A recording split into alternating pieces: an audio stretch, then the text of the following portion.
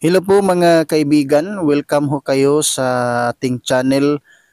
Sa oras na ito ating pag-uusapan ang isang content. Ang ating topic mga kaibigan ay patungkol sa mga highly urbanized cities ng Visayas.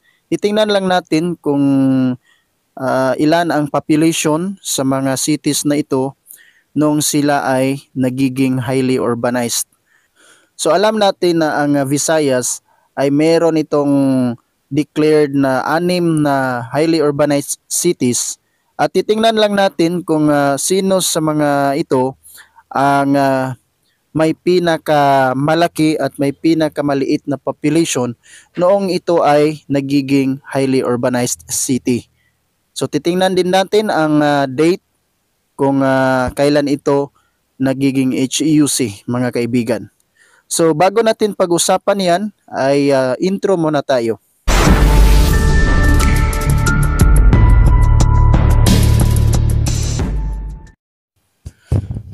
So ito po mga kaibigan ang ating content at punta tayo sa pang-anim. Ang pang-anim sa ating listahan ay ang Mandawi City of Cebu. Ang Mandawi City ay nagiging highly urbanized city ito noong February 15, 1991 mga kaibigan. At around 178,000 naman ang kanyang population noong tiningnan natin sa kanyang population noong 1990s. So wag kayong magtaka mga kaibigan kung bakit ang Mandawi City ay nagiging highly urbanized sa population na hindi pa umabot ng 200,000 kasi alam natin na ang Mandawi City ay maliit lang ang kanyang land area. Punta tayo sa panglima mga kaibigan, ang Tacloban City sa Leyte. Nagiging highly urbanized ang Tacloban noong December 18, 2008. Tiningnan natin ang kanyang population noong nagiging highly urbanized ito. Meron itong around 219,000 no? Ang population ng Tacloban City. Punta tayo sa pang-apat mga kaibigan ay ang Iloilo City sa province of Iloilo. Nagiging highly urbanized city ang Iloilo City noong December 22, 1979. So matagal na. At tiningnan natin ang kanyang population nung ito ay nagiging highly urbanized. So ito ay merong around 240,000 na population. Ang pangatlo ay ang Lapu-Lapu City.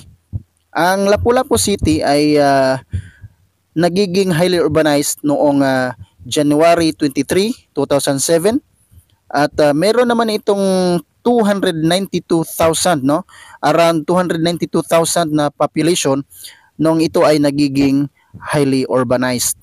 So ang pangalawa sa ating listahan mga kaibigan ay ang Bacolod City doon sa Negros Occidental. At nagiging highly urbanized city ang Bacolod noong September 27, 1984.